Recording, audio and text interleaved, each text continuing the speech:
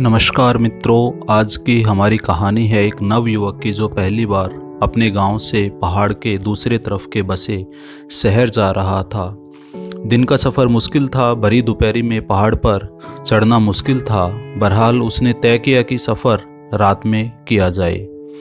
सफ़र के लिए ज़रूरत थी रोशनी की। उसने अपने पड़ोस से मांगकर एक लालटेन का जुगाड़ किया। नए सफ़र का जोश था और वह इतना था कि आधी रात को ही उठकर वह चल दिया।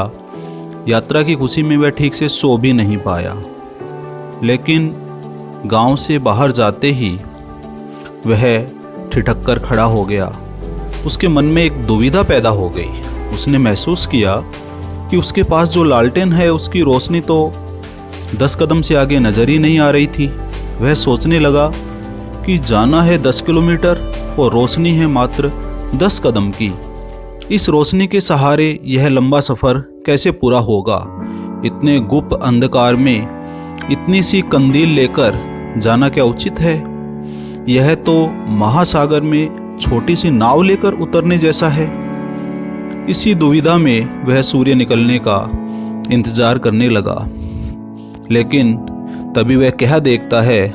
उसने देखा कि एक बूढ़ा आदमी उसके पास से निकलकर पहाड़ियों की ओर चला जा रहा है, बिना किसी चिंता में, बिना किसी दुविधा में।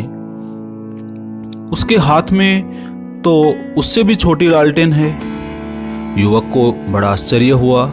युवक ने उस वृद्ध व्यक्ति को रोक करके अपनी दुविधा बताई, तो वह पहले तो खूब हंसा और फिर बोला, अरे पागल, तू पहले 10 कदम तो चल। इतना चलने के बाद इतना ही और दिखने लगेगा, और इतना चलने के बाद फिर इतना ही और दिखने लगेगा।